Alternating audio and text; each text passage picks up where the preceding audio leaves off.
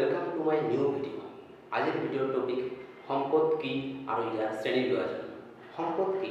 মানুহৰ জীৱন ধাৰণৰ বাবে প্ৰয়োজনীয় সকলোবোৰ বস্তুকে সম্পদ কৰে, যেনে বায়ু, পানী, সূৰ্যৰশ্মি, গছ গছনি, জীৱ জন্তু, খনিজ তেল, স্কুল, কলেজ আদি সকলোবোৰ বস্তুৱে মানুহৰ জীৱন ধাৰণৰ বাবে প্ৰয়োজন, গতিকে আদি সকলোবোৰ বস্তুৱে সম্পদ। অৰ্থাৎ সম্পদক আমি এই হিচাপে ক'ব পাৰি, যিবোৰ বস্তুৱে মানুহৰ চাহিদা পূৰণ কৰে তাকে সম্পদ কৰে। কিন্তু এইখিনিতে এইটো কথাও মনত ৰাখিব লাগিব যে পৃথিৱীত পোৱা সকলোবোৰ বস্তুৱে সম্পদ নহয়। প্ৰখ্যাত অৰ্থনীতিবিদ জিমান মেনৰ মতে কোনো এটা বস্তু সম্পদ হ'লে বস্তুটোৰ দুটা গুণ থাকিব লাগিব। এটা হৈছে কাৰ্যকাৰিতা, যোনটো উপকাৰিতা। আৰু এই দুটা গুণ থকাৰ বাবেই সম্পদৰ জৰিয়তে মানৱ কল্যাণ হৈ আছে আৰু আৰ্থসামাজিক উন্নয়ন সম্ভৱ হৈছে। সম্পদক বিভিন্ন ধৰণে শ্ৰেণী বিভাজন কৰিব পাৰি, যেনে সৃষ্টি প্ৰক্ৰিয়া অনুসৰি, গঠন অনুসৰি, উপলব্ধ বা স্থায়িত্ব অনুসৰি, মালিকী স্বত্বৰ ওপৰত ভিত্তি কৰি, বিতৰণৰ ধৰণ বা অৱস্থানৰ ওপৰত ভিত্তি কৰি। এতিয়া সম্পদৰ শ্ৰেণী বিভাজন বিতংকৈ আলোচনা কৰি আছোঁ। সৃষ্টি প্ৰক্ৰিয়া অনুসৰি সম্পদক তিনিটা ভাগত ভাগ কৰিব পাৰি: প্ৰাকৃতিক সম্পদ, মানৱ সৃষ্ট সম্পদ আৰু মানৱ সম্পদ। প্ৰাকৃতিক সম্পদ: যিবোৰ সম্পদ প্ৰাকৃতিকভাৱে সৃষ্টি হৈ প্ৰকৃতিত বিয়পি থাকে সেইবোৰক প্ৰাকৃতিক সম্পদ। যেনে সূৰ্যৰশ্মি, বায়ু, পানী, গছ গছনি, জীৱ জন্তু, নদ নদী, খনিজ পদাৰ্থ আদি। মানৱ সৃষ্ট সম্পদ অৰ্থাৎ মানুহে সৃষ্টি কৰা সম্পদ। প্ৰকৃতিৰ পৰা আহৰণ কৰা বিভিন্ন সামগ্ৰী প্ৰযুক্তিৰ জৰিয়তে ৰূপান্তৰ কৰি মানুহৰ ব্যৱহাৰ উপযোগী কৰি তোলা হয়, আৰু এনেধৰণৰ সম্পদবিলাকে হৈছে মানৱ সৃষ্ট সম্পদ। মানৱ সৃষ্ট সম্পদৰ উদাহৰণ হিচাপে ক'ব পাৰি কাগজ, কাপোৰ, কাঠৰ সামগ্ৰী, চাবোন, বিভিন্ন ধৰণৰ ৰং, খাদ্য সামগ্ৰী, কাঠৰ আচবাব সামগ্ৰী আদি বিভিন্ন ধৰণৰ সামগ্ৰী, এইবোৰ চব মানুহে তৈয়াৰ কৰে, গতিকে মানৱ সৃষ্ট সম্পদ। প্ৰাকৃতিক সম্পদবোৰক ব্যৱহাৰৰ উপযোগী কৰি তুলিবলৈ মানুহৰ শিক্ষা, প্ৰযুক্তি, দক্ষতা, আগ্ৰহ আদি গুণবিলাক থকা প্ৰয়োজন। আৰু মানুহৰ এই গুণবোৰ আছে বাবেই মানুহকো সম্পদ হিচাপে গণ্য কৰা হয়। অৰ্থাৎ মানুহ নিজেই সম্পদ, যাক মানৱ সম্পদ বুলি কোৱা হয়। গঠন অনুসৰি সম্পদক জীৱীয় সম্পদ আৰু অজীৱীয় সম্পদ হিচাপে ভাগ কৰিব পাৰি। জীৱীয় সম্পদ কি? প্ৰাকৃতিক গঠন অনুসৰি যিবোৰ সম্পদৰ জীৱ আছে সেইবোৰক জীৱীয় সম্পদ বোলে।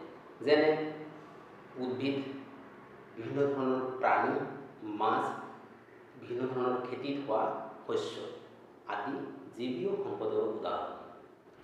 অজীৱীয় সম্পদ: প্ৰাকৃতিক গঠনৰ পৰা যিবোৰ সম্পদৰ জীৱ নাই অৰ্থাৎ নিৰ্জীৱ, সেইবোৰক অজীৱীয় সম্পদ বোলে। যেনে মাটি, শিল, বায়ু, পানী আদি অজীৱীয় সম্পদ। এইখিনিতে মনত ৰাখিব লাগিব কয়লা, প্ৰাকৃতিক গেছ, খনিজ তেল আদি উৎপত্তিৰ দিশৰ পৰা জীৱীয় মূলৰ, কাৰণ এইবোৰ এটা সময়ত জীৱৰ পৰাই সৃষ্টি হৈছে। কিন্তু যিহেতু বৰ্তমান অৱস্থাত এইবোৰ সম্পদ নিৰ্জীৱ অৱস্থাত আছে, গতিকে এইবোৰক অজীৱীয় সম্পদৰ শ্ৰেণীত ধৰা হয়। উপলব্ধ বা স্থায়িত্ব অনুসৰি সম্পদক দুটা ভাগত ভাগ কৰিব পাৰি: নৱীকৰণযোগ্য সম্পদ আৰু অনৱীকৰণযোগ্য সম্পদ। নৱীকৰণযোগ্য সম্পদ কি হয়? যিবোৰ সম্পদক পুনৰাই সৃষ্টি কৰিব পাৰি বা যিবোৰ সম্পদ পুনৰ্পুনৰীকৃত প্ৰক্ৰিয়াৰে কেতিয়াও শেষ হৈ নাযায়, সেইবোৰক নৱীকৰণযোগ্য সম্পদ বোলে। উদাহৰণ হিচাপে ক'ব পাৰি গছ গছনি, জীৱ জন্তু, মানুহ, খেতি পথাৰত হোৱা শস্য, বায়ু, সূৰ্যৰশ্মি, পানী আদি নৱীকৰণযোগ্য সম্পদৰ উদাহৰণ। এইবোৰ নৱীকৰণযোগ্য সম্পদ কেনেকৈ হয়? ধৰি লোৱা গছ গছনি। গছ গছনি কাটিলে কমি যাব বা শেষ হৈ যাব, কিন্তু পুনৰাই সৃষ্টি কৰিব পাৰি। জীৱ জন্তু মাৰিলে শেষ হৈ যাব, কমি যাব, কিন্তু পুনৰাই সৃষ্টি কৰিব পাৰি। অৰ্থাৎ এইবোৰ হৈছে নৱীকৰণযোগ্য সম্পদ। অনৱীকৰণযোগ্য সম্পদ: যিবোৰ সম্পদ ব্যৱহাৰ কৰাৰ পিছত নৱীকৰণ কৰিব নোৱাৰি বা পুনৰাই সৃষ্টি কৰিব নোৱাৰি, বা যিবোৰ সম্পদ ব্যৱহাৰ কৰাৰ পিছত নিশেষ হৈ যায় সেইবোৰ সম্পদক অনবীকৰণযোগ্য সম্পদ বোলে। যেনে কয়লা, খনিজ তেল, বিভিন্ন ধৰণৰ খনিজ পদাৰ্থ যেনে তাম, সোণ, ৰূপ, লৌহ আদি হৈছে অনবীকৰণযোগ্য সম্পদৰ উদাহৰণ। মালিকী স্বত্বৰ ওপৰত ভিত্তি কৰি সম্পদসমূহক ব্যক্তিগত সম্পদ, জাতীয় সম্পদ আৰু আন্তৰ্জাতিক সম্পদ হিচাপে শ্ৰেণী বিভাজন কৰিব পাৰি। ব্যক্তিগত সম্পদ মানুহৰ নিজ নিজ দখলত থকা সম্পদসমূহ হৈছে ব্যক্তিগত সম্পদ। যেনে মানুহৰ নিজা দখলত থকা ভূমি, সা সম্পত্তি, মানুহৰ নিজস্ব গুণ যেনে ভাল চৰিত্ৰ, ভাল শিক্ষা, কৰ্মদক্ষতা আদি হৈছে ব্যক্তিগত সম্পদ।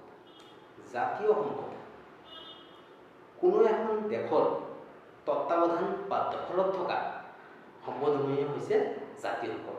যেনে ৰাস্তা ঘাট, দলং, অভয়াৰণ্য, গছ-গছনি, ভূমি আদি সকলোবোৰ, স্কুল, কলেজ, অফিচ, আদালত আদি সকলোবোৰ হৈছে জাতীয় সম্পদ। আন্তৰ্জাতিক সম্পদ সকলো দেশৰ জাতীয় সম্পদ আৰু সমগ্ৰ বিশ্বৰ অধীনত থকা সম্পদ যেনে সাগৰ, মহাসাগৰত থকা খনিজ পদাৰ্থ, জীৱ-জন্তু, ইয়াৰ বাহিৰে বায়ুমণ্ডল আদি হৈছে আন্তৰ্জাতিক সম্পদৰ উদাহৰণ। বিতৰণৰ ধৰণ বা অৱস্থানৰ ওপৰত ভিত্তি কৰি সম্পদক চিৰ বিৰাজমান সম্পদ আৰু স্থানিক সম্পদ হিচাপে ভগাব পাৰি। চিৰ বিৰাজমান সম্পদ কি? যিবোৰ প্ৰাকৃতিক সম্পদ পৃথিৱীৰ সকলো ঠাইতে বিৰাজমান বা সকলো ঠাইতে উপলব্ধ সেইবোৰক চিৰ বিৰাজমান সম্পদ বোলে। যেনে সূৰ্যৰশ্মি, বায়ু, পানী আদি পৃথিৱীৰ সকলো ঠাইতে পোৱা যায়, গতিকে এই সম্পদবোৰ হৈছে চিৰ বিৰাজমান সম্পদ। স্থানিক সম্পদ কি? যিবোৰ প্ৰাকৃতিক সম্পদ পৃথিৱীৰ সকলোতে পোৱা নাযায়, কিছুমান স্থানতে পোৱা যায়, সেইবোৰে হৈছে স্থানীয় সম্পদ। যেনে কয়লা, পেট্ৰলিয়াম, প্ৰাকৃতিক গেছ, আকৰিক লৌহ আদি সকলো ঠাইতে পোৱা নাযায়, কিছুমান ঠাইতে পোৱা যায়। সম্পদৰ ওপৰত তৈয়াৰ কৰা ভিডিঅ'টো ভাল লাগিলে সকলোৱে ছাবস্ক্ৰাইব কৰিবা আৰু শ্বেয়াৰ কৰিবা, আৰু সম্পদৰ ওপৰত আৰু এখন ভিডিঅ' মই তৈয়াৰ কৰিম পিছত ভিডিঅ'ত।